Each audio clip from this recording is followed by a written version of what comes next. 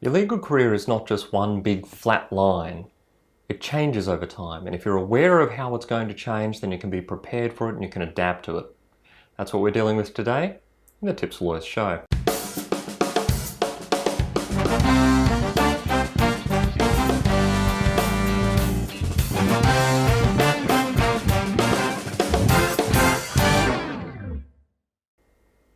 Okay, so let's get into it.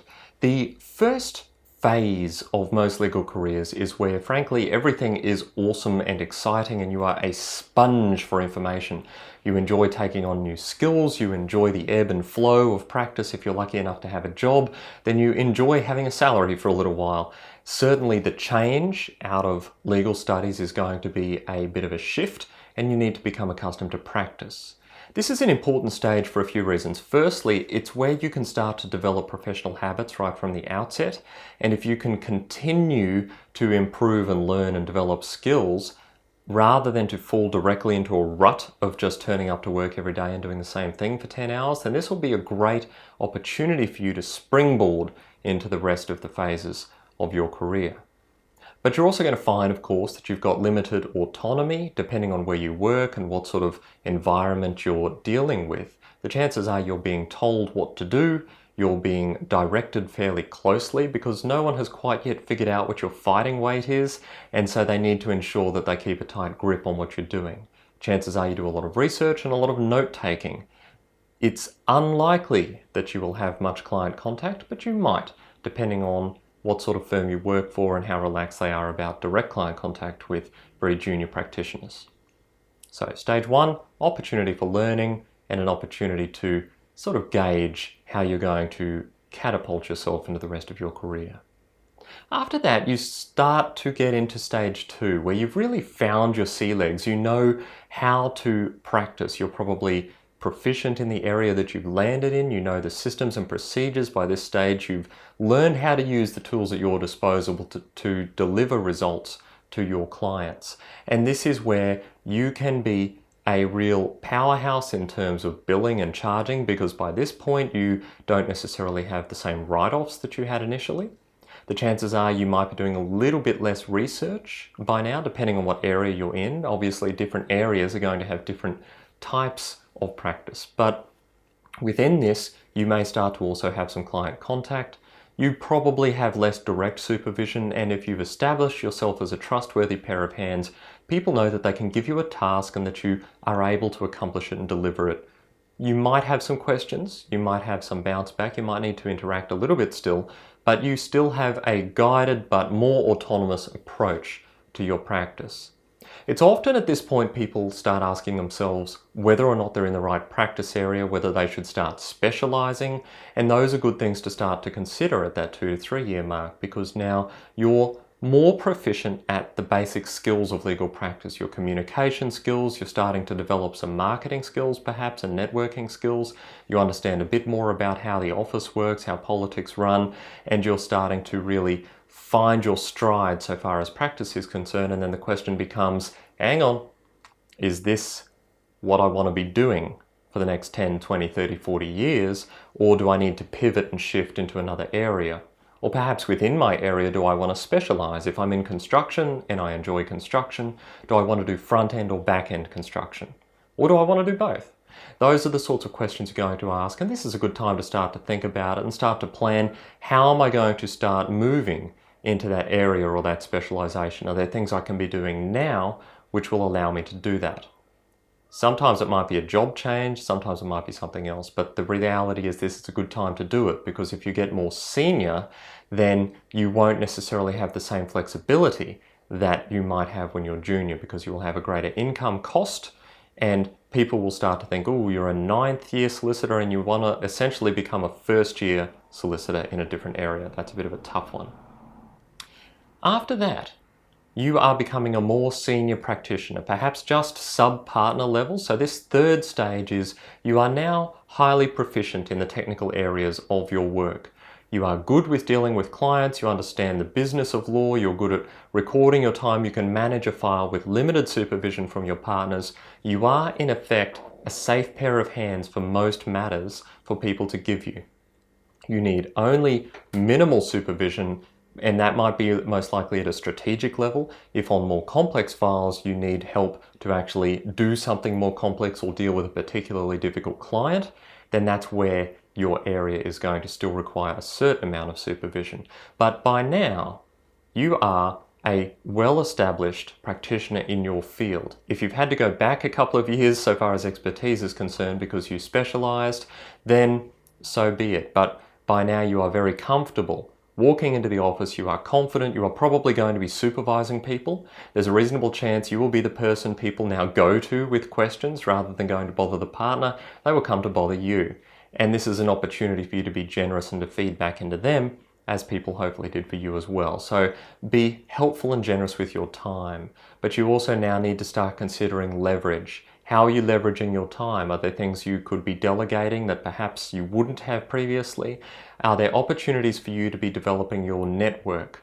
Because this is where you need to decide, do you want to aspire to partnership or do you want to stay at that sub-partner level where you can be a great technical operator and not have to deliver at the client side, that marketing and networking side?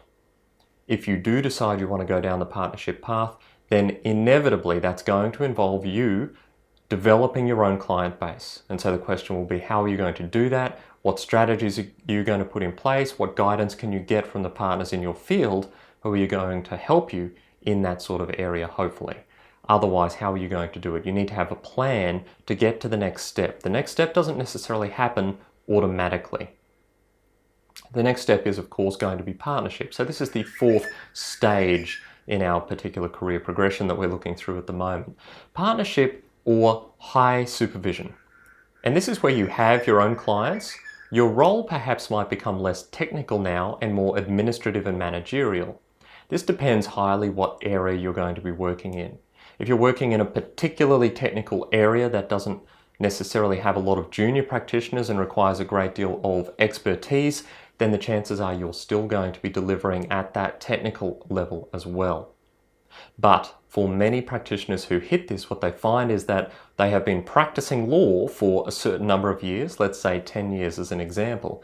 They become partner, and then all of a sudden, they're spending less of their day doing law practice and more of their day doing human resource things, administrative things, management reporting, finances, the stuff that people who are participating in a business have to do. And some people thrive on this, they love it. Other people hate it because they actually just wanted to be a lawyer. And so you need to figure out how you're going to actually manage that, because you can't do everything. There comes a point where you can't hold everything together simply by working longer hours. Leverage and team management become a big part of your job at this point. How are you ensuring that the team working around you is operating at their best capacity, their most efficient, their highest productivity, and their cohesiveness? Are they getting along?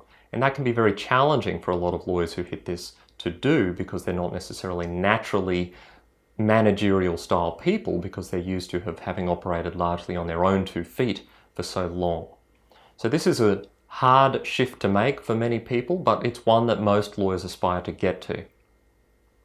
Now the 5th stage is later, and this is not necessarily a function of age. This is where you perhaps start to lack the inclination to remain a highly technical operator in your field, and that can happen really for any number of people in any number of areas. It might be that over time what you find is that the best and highest use of your time is in fact to manage people strategically, to mentor people, to keep your team running well, and to utilize your network and your marketing skills to continue to bring business in.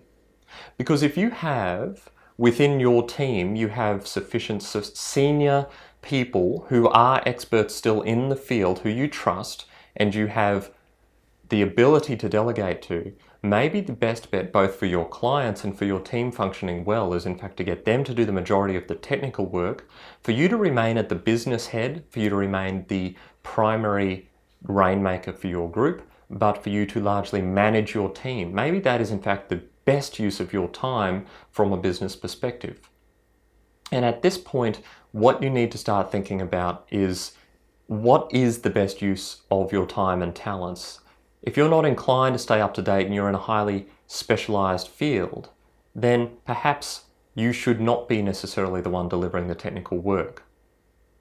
It's a question of self-awareness, and it's a question of how long you want to be in practice, and it's a question of what you want to be doing.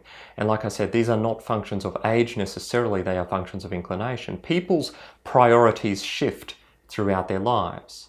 Your priorities when you're 24 are different to when you're 35, are different to when you're 50, are different to when you're 65. These things change over time. And so you can't necessarily continue practice as a 55-year-old in exactly the same way as you did when you were a 35-year-old. Because you might care about some things more and other things less. You might be capable of delivering some things better and other things less well. But also you're thinking of things from a different perspective. You're thinking from the managerial perspective. You might be thinking from the succession planning perspective. If you have people under you that you don't trust and necessarily take the reins of your client base, then that might be a problem for you at a certain point when you're contemplating retirement. Maybe you want to practice for a much longer time because you enjoy it. Maybe you want to wind down your hours and spend some time traveling. Maybe you want to take more holidays. These are all things you need to factor in, and they need to be considered as part of the way you deliver your practice. So those are the 5 phases. That is the arc that most legal careers find themselves in. And the main point I wanted to make throughout the entire thing here is this. What is your strength and how are you using it to best effect? That amount of self-awareness that you should have as you go through your career is really the one you want to be leveraging all the way throughout the process. And if you can do that, then you will find that you will be able to deliver no matter where you are in your career, but you also need to be conscious as your role is shifting. You need to be conscious as your strengths are changing, your priorities might change, your desire to go in a particular direction or do things in a particular way might change, and you need to adapt and be nimble within your career, rather than simply doing things the same as you always have done, because that's just not going to work all the way through. And if you can adapt and be strong in the areas that you're strong in and delegate or try and avoid the areas that you're not strong in, then that's going to do you in best stead most of the time. That's all I've got for this one. As always, tipsforlawyers.com/iTunes for the podcast, tipsforlawyers.com/YouTube for the YouTube channel. Don't forget to subscribe, say something nice, leave a comment, get in touch. That's all for today, and I'll see you next time.